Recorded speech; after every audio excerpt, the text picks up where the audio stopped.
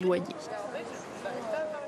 Votre santé, le dépistage précoce du cancer colorectal, c'est la meilleure solution aujourd'hui face à ce cancer. Seulement voilà, ça peut faire un peu peur, on peut trouver ça gênant.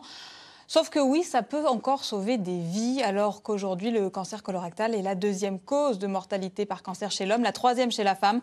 Reportage de Maxime Van Oudendijk et Romy Wachuk. Ce pourrait être un lendemain de week-end difficile. Le lundi, la tête dans le côlon.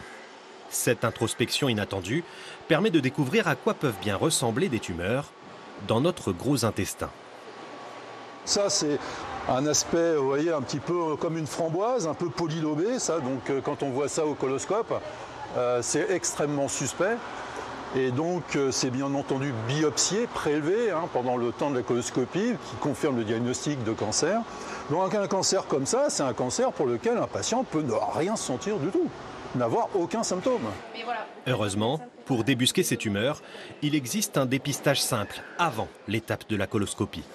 Un kit à utiliser chez soi, en toute intimité, plutôt que dans un hall.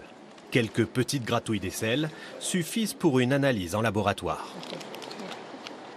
Le principe de ce test-là, c'est de détecter du sang dans les selles. Et on sait très bien le sang dans les selles témoigne de la présence soit d'un polype, une petite boule dans le côlon, soit d'une tumeur débutante. L'idée, c'est de détecter ces lésions-là alors qu'elles sont guérissables. Pas très glamour comme test, mais utile pour sauver des vies. Un diagnostic précoce permet de guérir la maladie dans 90% des cas.